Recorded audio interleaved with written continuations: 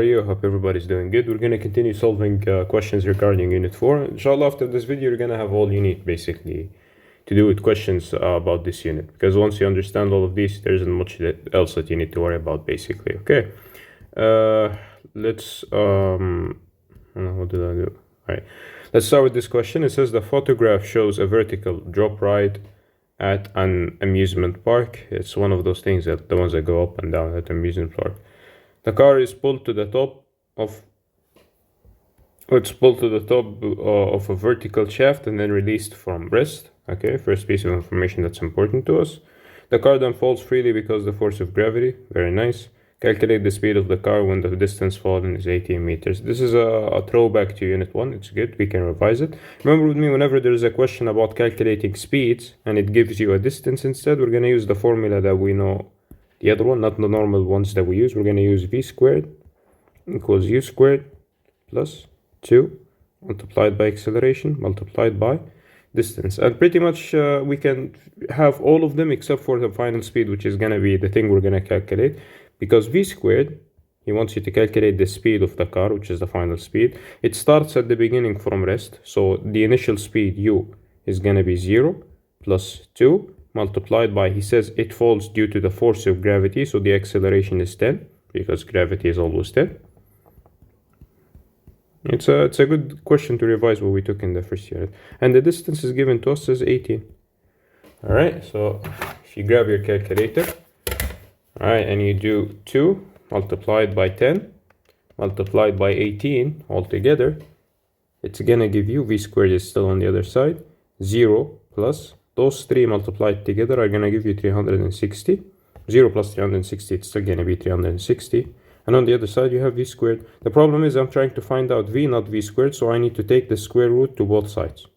Okay, because whenever you have a square and you're trying to get rid of it, you use the square root to get rid of it. All right, so you just need to go to your calculator and do this. Click the square root and then put the number 360 under it. All right, which I'm going to do right now. Square root of 360, which gives us... Let me erase this. V is supposed to equal 18.97, which is approximately 19.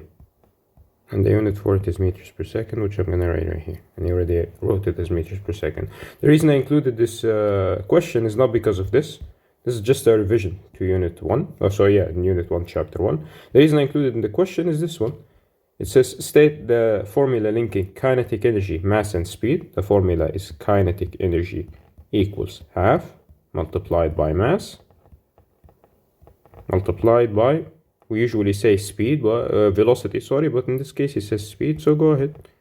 Speed squared, which we also can write as kinetic energy equals half multiplied by m multiplied by v squared. That's right. Okay. The mass of the car and its passengers is 2.1 tons. Okay, that's the mass right here. Okay, calculate the kinetic energy of the car when it has fallen 18 meters. That's the distance. Okay, and you just need to do your calculation quickly right here and give out the kinetic energy in that case. It gives you a hint right here saying that 1 ton is 1000 kilograms. So when it says 2.1 tons, in reality, that's 2100 kilograms. Because in order for you to change from 1 ton to a kilogram, you need to multiply by 1000. And that's according to the hint given to you in the box right here. All right, so we need to calculate the kinetic energy. Kinetic energy equals to us half multiplied by the mass, which is 2100 multiplied by the velocity. Well, since the distance is 18 and when it fell 18 meters we calculated the velocity to be approximately 19, we can use 19 here. Square. You just gotta multiply all of these together. Half multiplied by 2100 multiplied by 19 squared. Oh, at the right time. And that gives you 37950, and it's an energy, so the unit is going to be in joules. Okay. I hope that's very clear right here. Another way to solve it, by the way, and this comes to your core understanding of energies in general. Since the only thing that you can see right here is it lifts up all the way up here, and the only thing responsible for moving it downwards is gravity. Someone might say that in this case, all the gravity energy, all the gravitational potential energy will change into kinetic energy afterwards. So they might calculate gravitational potential energy, which is a weird way of thinking, by the way, but they might calculate gravitational potential energy and then say, oh, it's going to be equal to this number. If you do it, you're going to get the correct answer, but the smart way to do it is just go with something that's easy, since you already wrote the formula for kinetic energy here on top. Okay, all you need to do is use it afterwards downward. The mass is no problem because it's given to you right here. You just need to change it to kilograms, and it said that 1 ton is 1,000 kilograms, so you can convert it simply. And then the velocity which you're looking for, you already calculated up here. So just take it, this velocity that you calculated on top, and use it down there. I hope that's no issue as well. All right, you just applying the formula and hold on 1 second.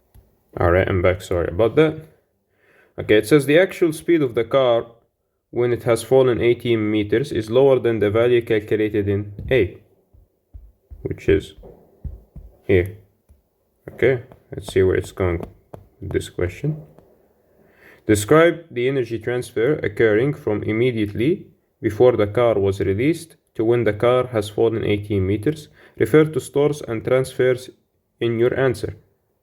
Now the question is telling you something that's very simple. It said that, going at this thing, the vertical shaft or whatever it's called, the vertical drop ride, sorry, this thing right here, it's supposed to use all the energy that's stored in the gravitational potential energy stored to make it move down, dropping downwards and speeding up. But that's not completely or 100% true, because apologies again, I got called one more. Okay, let's continue here.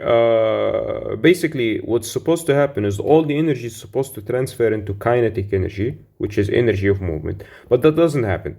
Why? Because first of all, this thing that we're displayed in front of us right here is connected to metal bars. And when it's falling down, it's going to have friction with the metal bars. So a lot of it will convert into heat energy, which is not going to make it be as fast as we calculated it to be. And that's the statement that's mentioned right here, if it makes sense now. It says the actual speed of the car when it has fallen 18 meters is lower than the value calculated in A. So this calculation that we did right here, doesn't put in consideration that some friction is going to happen with the bars and stuff like that.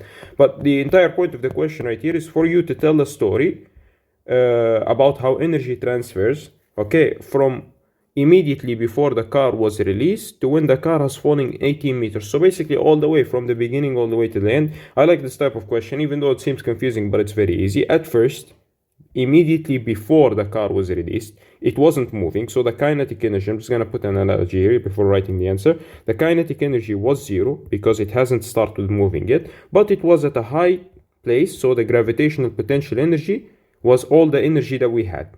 After that, it starts dropping that's stage number 1. After that, it starts dropping. So the kinetic energy starts increasing slowly because the car is going to get faster and faster and faster. And the gravitational potential energy starts to decrease because you're going lower. There is not as much height. Okay, does that make sense? You're becoming less and less and less. Eventually, when it reaches the very bottom, okay, the kinetic energy is going to be at its maximum, while the gravitational potential energy, once you reach the very, very lowest point, is going to be 0 because the height is going to be 0 at that point. It just wants you to write a story of, at first there's gravitational potential energy, and then after that it's going to turn into kinetic energy, and I'll write the answer, and I'll show you what it is. Give me a sec. Alright, I wrote the answer so that we don't waste time while writing it. Basically what happens is at first gravitational potential energy is transferred to kinetic energy and other forms, and that's what happens because at the beginning it wasn't moving, it was high, so it had a lot of gravitational potential energy. It wanted to be pulled down, but it wasn't moving. The moment it starts moving, some of this energy is transferred due to friction. What does it transfer to? It transfers to heat. Sorry, I forgot to write it. Some energy is transferred, oh, my bad. I think it's better if I fix it. Hold on. Here we go. Some energy is transferred to heat due to friction. Some energy is transferred to sound, also due to friction.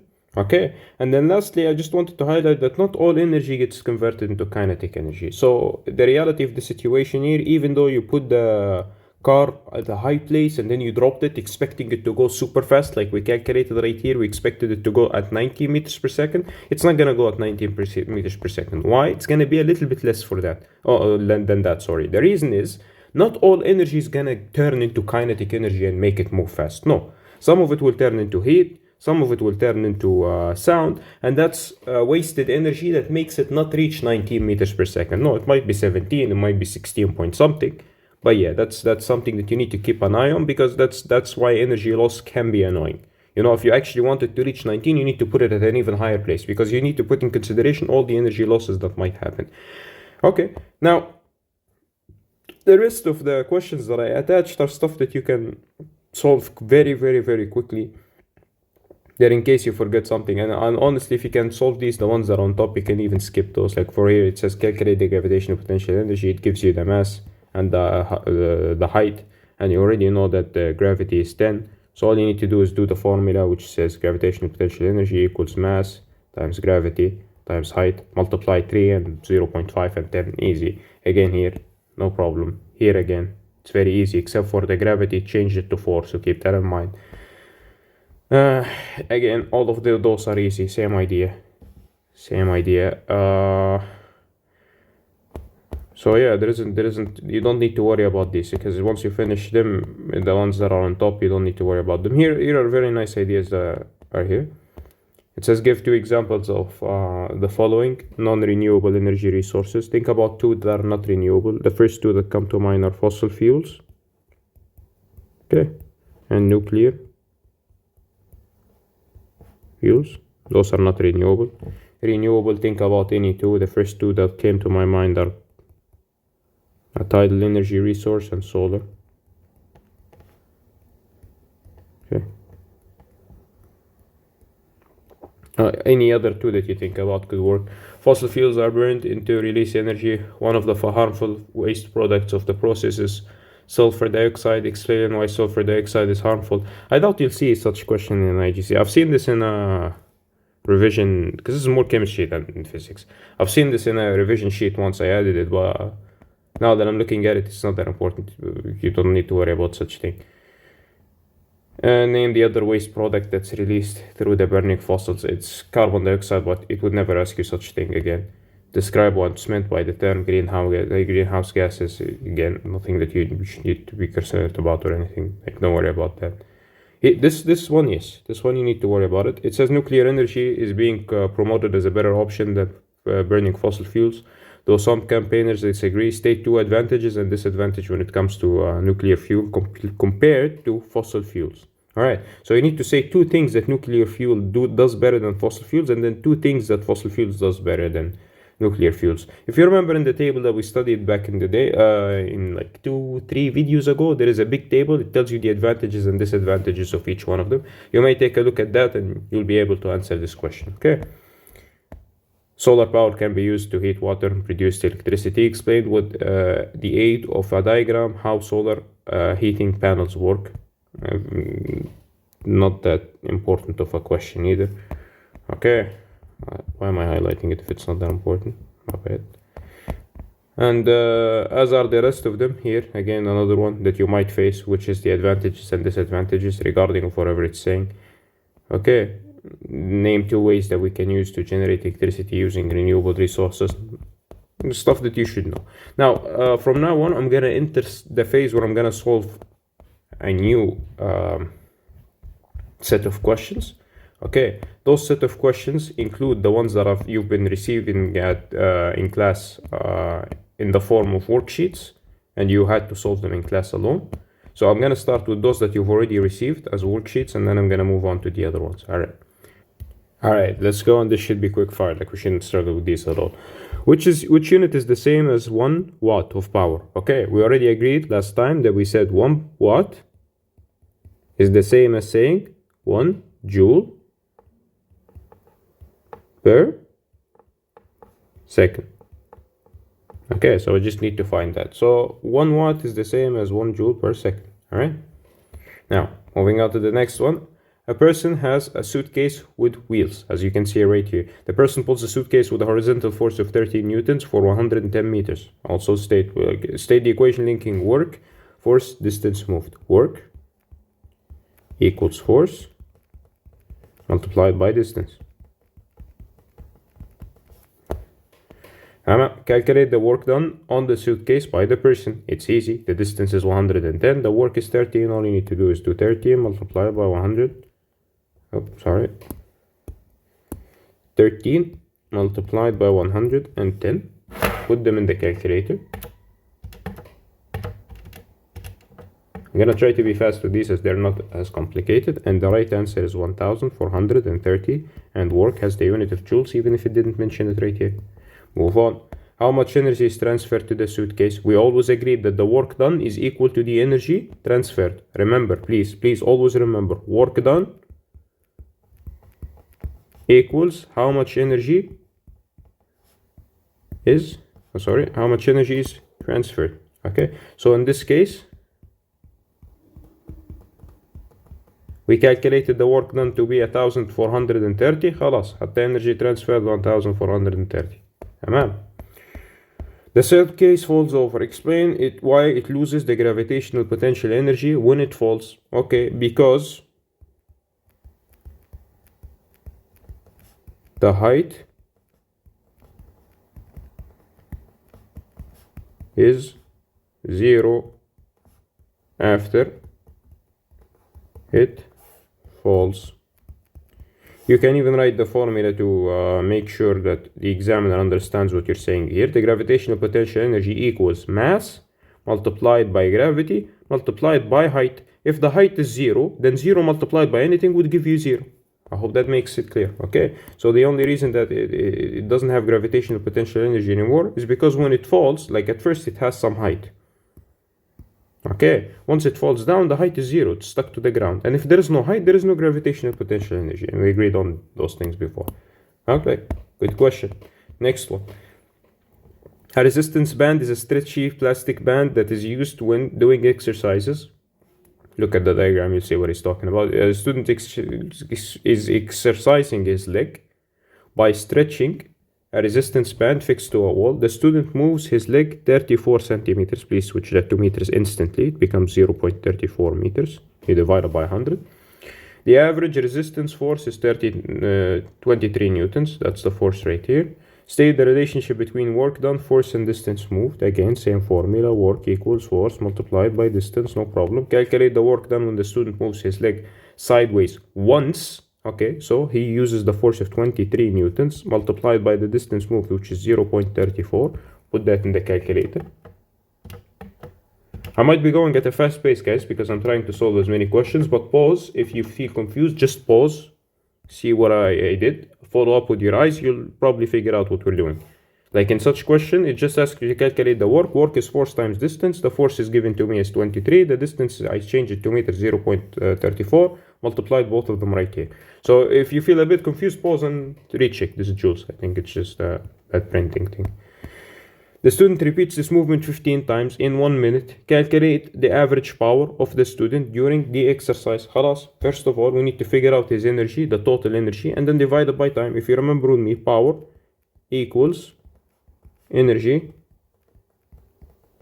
divided by time.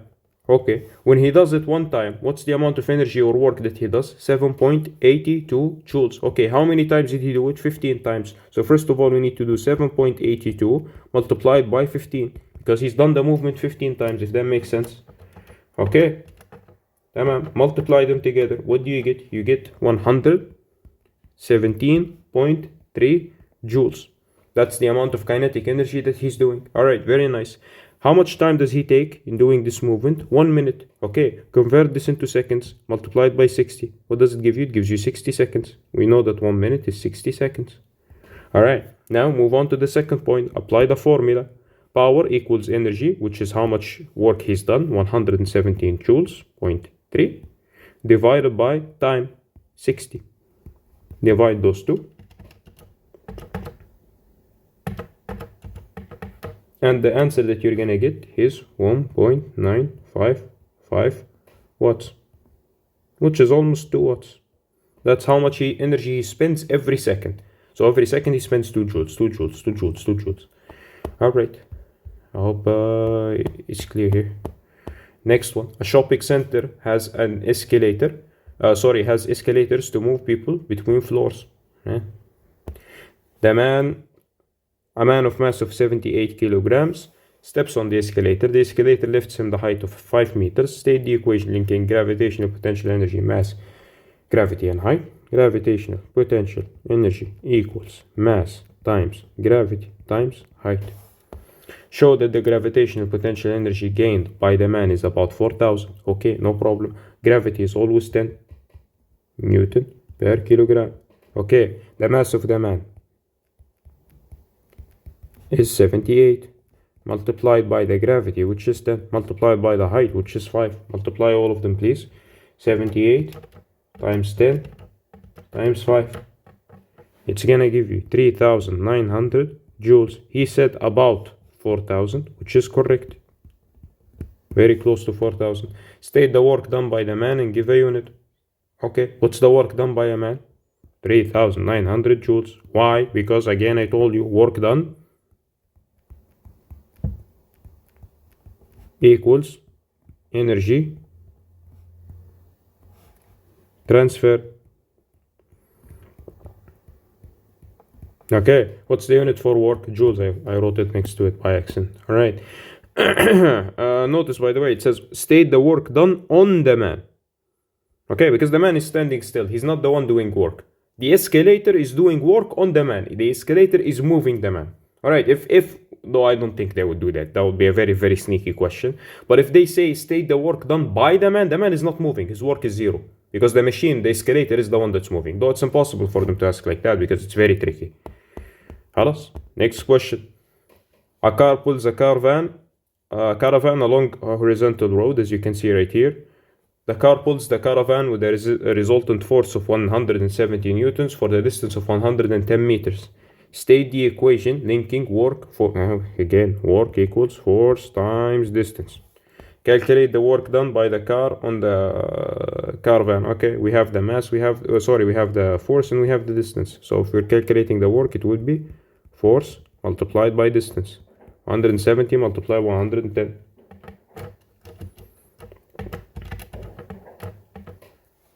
And that's the number I got. Okay. State how much energy is transferred. I told you energy is the same as work always. The mass of the car is 1,650 kilograms. The mass of the caravan is 950 kilograms. State the equation linking kinetic energy, mass, and velocity. Kinetic energy equals mass. Half times mass times velocity squared. Calculate the total kinetic energy when the car and the caravan travel together at a constant speed of 23 meters per second. Okay, they travel together, which means the mass I'm gonna be dealing with is the mass of the car plus the mass of the caravan. Alright, and the car has the mass of 1,650 kilograms plus the mass of the other one, which is 950 kilograms. Add them together. 1,650 plus 950. Okay, you add those together, it gives you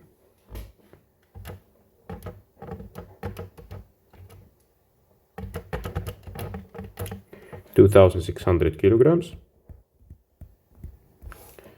Second of all, you need to calculate the kinetic energy, which is what the question asks you. The kinetic energy equals half multiplied by the mass, which is 2,600, multiplied by the velocity squared, 23 squared.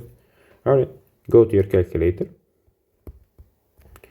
Do 0.5 because that's half, multiplied by 2,600, multiplied by 23 squared, which is 529. Multiply all three of them together.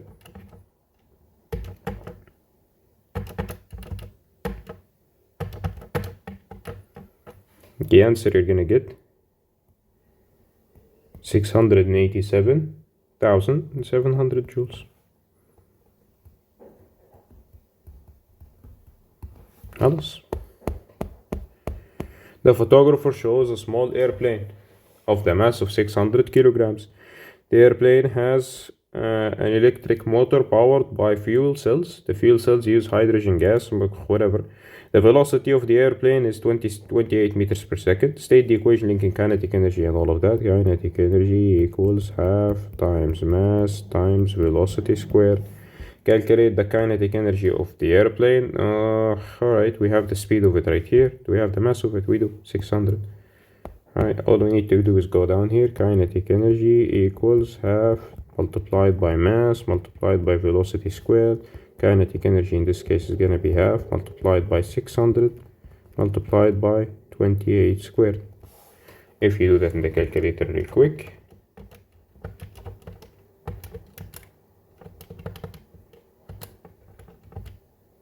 it gives you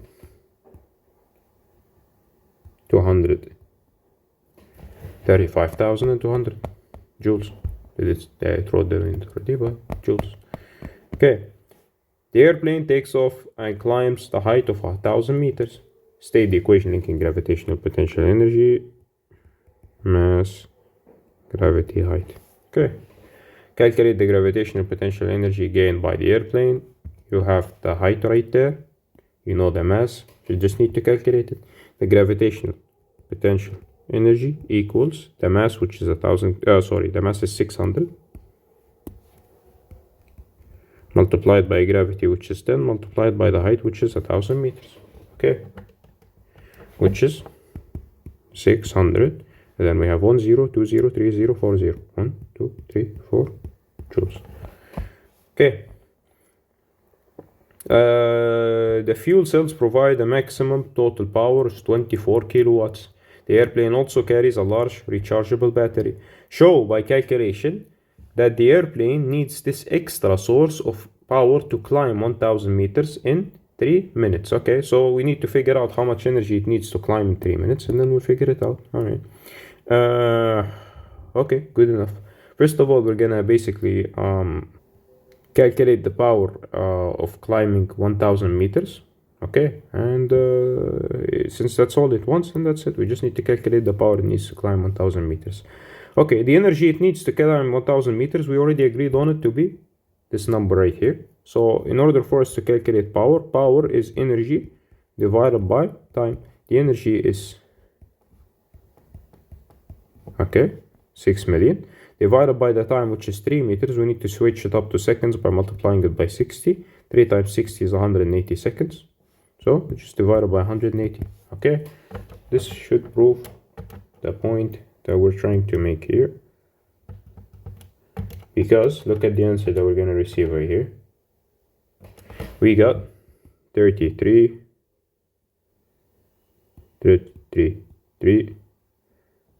watts. Okay, so if we change it to kilowatts, it would be 33.333 kilowatts. And look how much power does the fuel cells generate. They only generate 24 kilowatts. Okay, so you do actually need an extra source of energy in order for you to reach that, because the cells only give you 24 kilowatts. Okay, but for you to climb all the way to the top, no, you need 33.33. So you still need more energy to make it to the top, if that makes sense. All right. The airplane uses fuel cells connected together in series. In a stack. The voltage on each fuel cell is 0.6 volts. Oh, this is unit 2. It's good. We can revise it as well here. The maximum current in each fuel cell is 30 amperes. Show that there must be more than 1,300 fuel cells in the stack. Well, from unit 2, we understand that power equals current multiplied by voltage. Okay, so the current right here is 30 and it goes on all of them, and the voltage is 0.6. Okay, except for there isn't just one cell. No, there is a lot of them connected in series. So the total power that we calculated up there is supposed to equal the current multiplied by the voltage multiplied by how many do we have? The number of cells. Okay, so let's say we have 10 cells, it's going to be this number multiplied by 10. We have 50, then this number multiplied by 50, whatever it is. We're trying to figure out how many cells do we have, and it's supposed to give us a number that's close to 1,300 fuel cells. All right. Okay, so going up here, you can see that the fuel cells provide a maximum total power of 24 kilowatts. So on the power created by the fuel cells, I'm gonna put 24.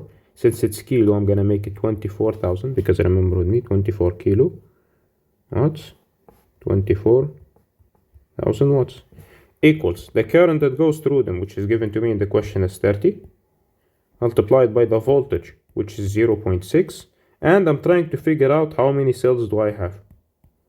Let's rearrange the formula right here.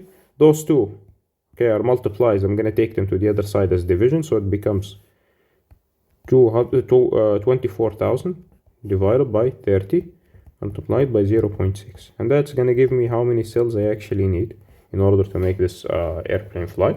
So all you need to do is go to your calculator, do 2400 and divided by 30 multiplied by 0.6. The answer I'm gonna get is 1333.33 cells. So let's say that we actually need 1334 cells, because there is no such thing as 0.33 of a cell. All right, and that's it. Last two questions regarding this unit, and I think we should have covered everything by now. But yes, let's just add up two more questions.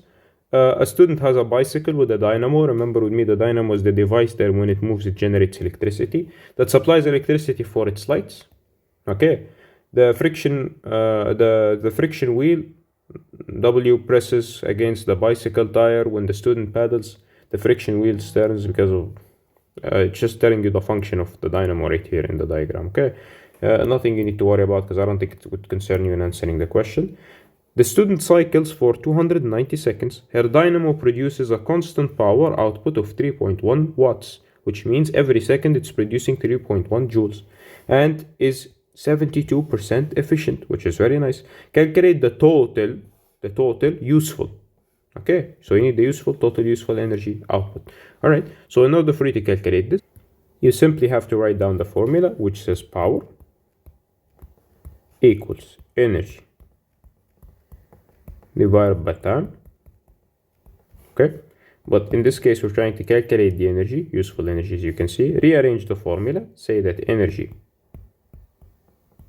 equals power times time. Because time right here was in division, I take it to the other side, becomes multiplication. All right, so the useful energy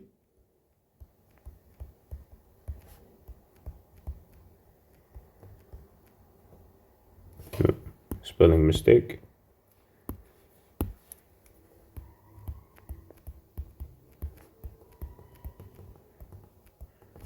equals to us the power which it produces, 3.1,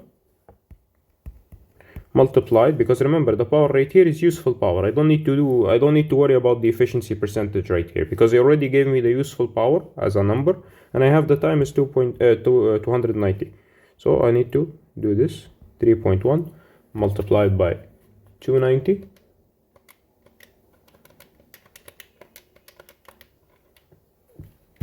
and it ends up giving you 899 joules, approximately 900 joules. Okay, state the relationship between efficiency, useful energy output, and total energy output. We understand that efficiency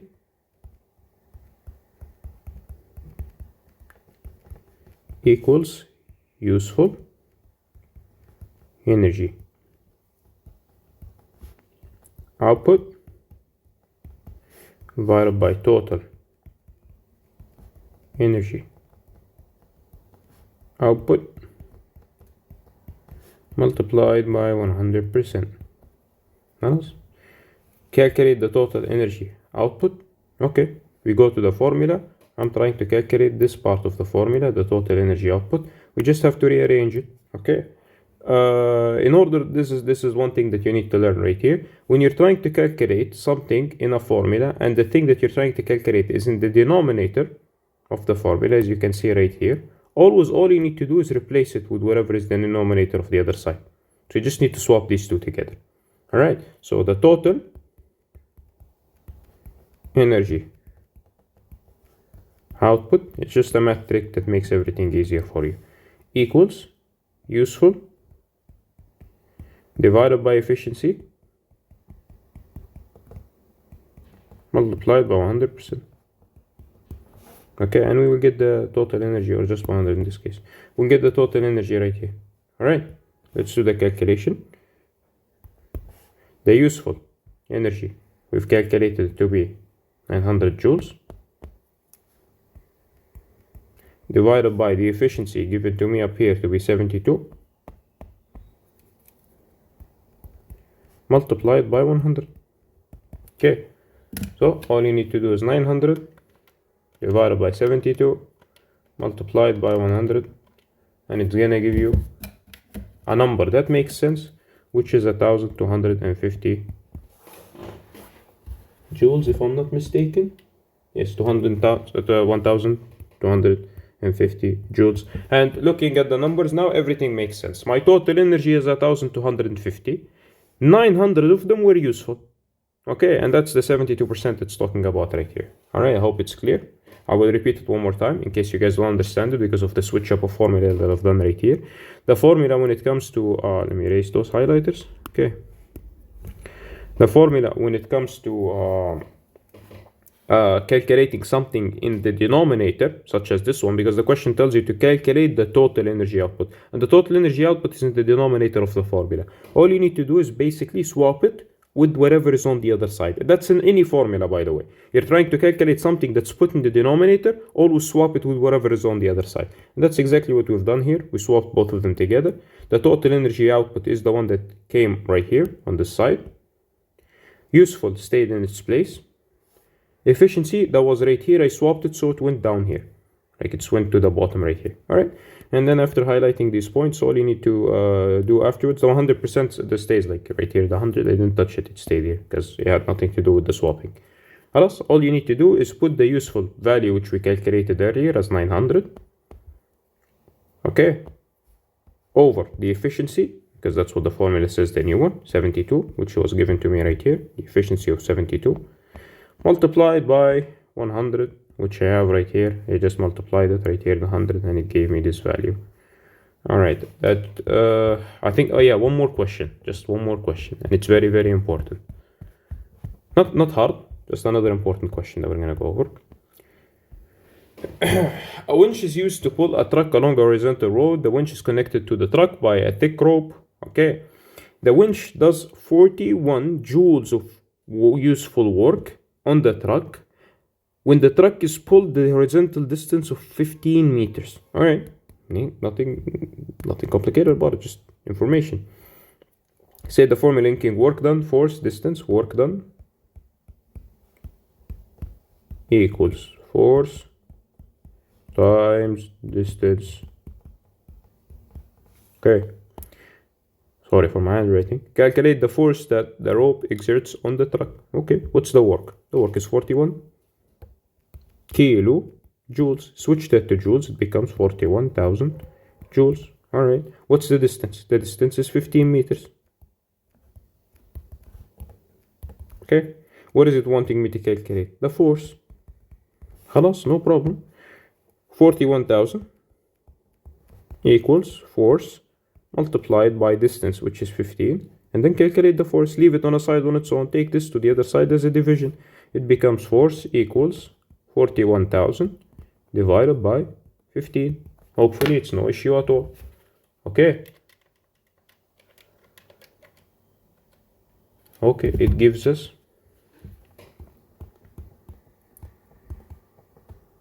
newtons. That's the amount of force that the truck is using to pull the winch is using to pull the truck. Very nice. Next question. The winch includes a small engine. The engine burns petrol to power the motor in the winch. The winch transfers energy mechanically to the truck. The winch has the efficiency of 25%. Draw a Sankey diagram for this energy transfer. Very simple. Okay, so we have an energy transfer that we have an engine. It burns petrol to power the motor. Okay, and 25% of it is used to pull the truck, which means that's the useful, because we're trying to pull the truck here. 25% is useful. The rest is wasted. So just draw a Sankey diagram that highlights all of that. Start drawing your Sankey diagram. Okay. Oh my god, even my drawing is not good.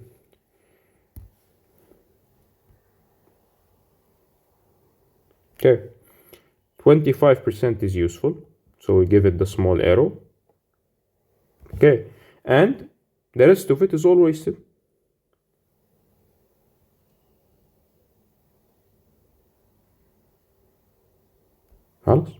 As simple as that. It makes sense. It's a diagram that's functioning. All right, so we can just write our percentages. 75%. Oh, sorry, not 75. The useful is 25.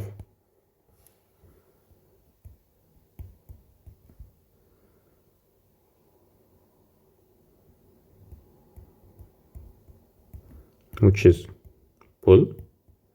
It's a pulling force. Okay. Or mechanical work, depends on how you highlight it. We can even say work. It's good. Makes sense. And then we have, since it's 100%, 25 went up there, 75% are down here, and they are waste. And you know, it's an engine. If you want to think about the types of energies that are wasted here in the engine, well, they can be sound, they can be heat.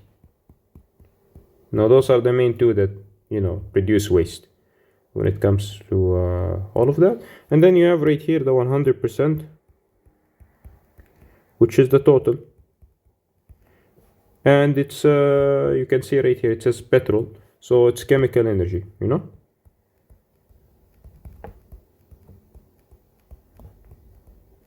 Good. The winch can also be used to pull truck uphill at constant speed. The table gives you some energy stores. Add one tick on each row to show what happens to the energy in each store as the truck is pulled uphill. All right, let's see. So basically imagine that you're connecting this winch right here. Okay. And it's pulling the truck, but it's not on a straight line. No, it's pulling it like this. The winch is placed right here, and the truck is down here. I'm going to draw a car because I can barely draw a car. Imagine a truck.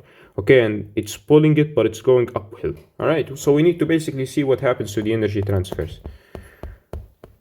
First of all, you're pulling something upwards. What would happen to the chemical store of petrol in the winch?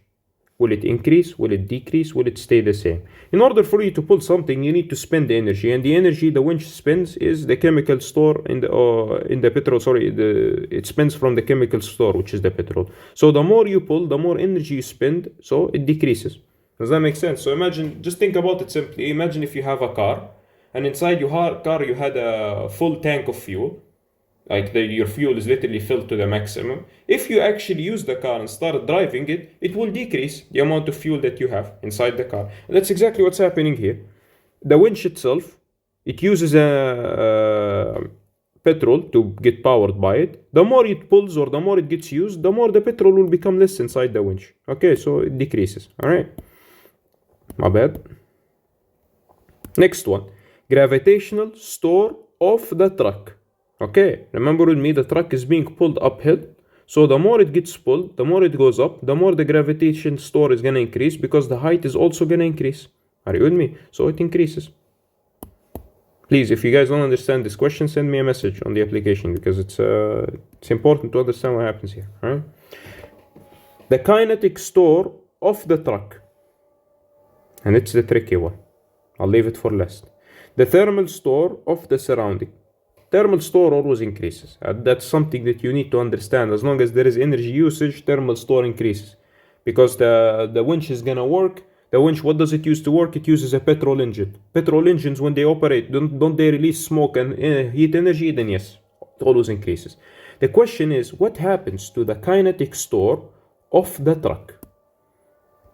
The answer to this one is it stays the same. You're going to ask me how.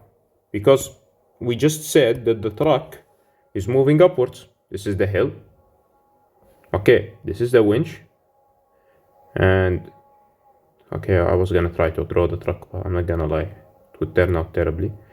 It's connected right here, and obviously it's moving. So I've always told you that if there is movement, there is kinetic energy. So how all of a sudden the car is moving upwards, but the kinetic energy stays the same? The answer to that is very simple. Is the car moving because the engine of the car is making it move? No. Why is it moving? It's moving because the winch is pulling it. The car itself is not moving. Think about yourself going to the table in front of you and pushing it. Who's doing the work? Is it you or the table? Okay, so the winch, yes, the kinetic energy of it increases because there is movement. But the car, no, because it's not the one responsible for moving here, so the kinetic energy of it stays the same. All right, and focus on that. If the car was driving or moving because of the engine of the car itself, then yeah, it would be increasing, no problem. But because it's being pulled by the winch, yes, has kinetic energy increasing. But if you focus on how the question is worded, it says what happens to the kinetic store of the truck. Nothing happens to it because the truck is just there and it's being pulled upwards, if that makes sense. I hope you guys understand this point. And yeah, that's the last thing we're gonna discuss regarding Unit 4. It should be more than enough. You knowing how to solve both of these questions is more than enough for you to answer the exam. So if you struggle with certain questions, try to rewatch them again. And even if after rewatching them you still don't understand it, take a screenshot of the question from the video itself, send it to me on a message and I will re-explain it. Even if it's in another snippet short video, it's okay, but I will re-explain something that you struggle to understand. Thank you guys for watching. I hope you understand, and please study well for it. It's not that difficult, but it requires some work. Okay, have a good day. I will still be uploading more videos right after this one regarding Unit 1 and Unit 2, inshallah. See you guys. Bye bye.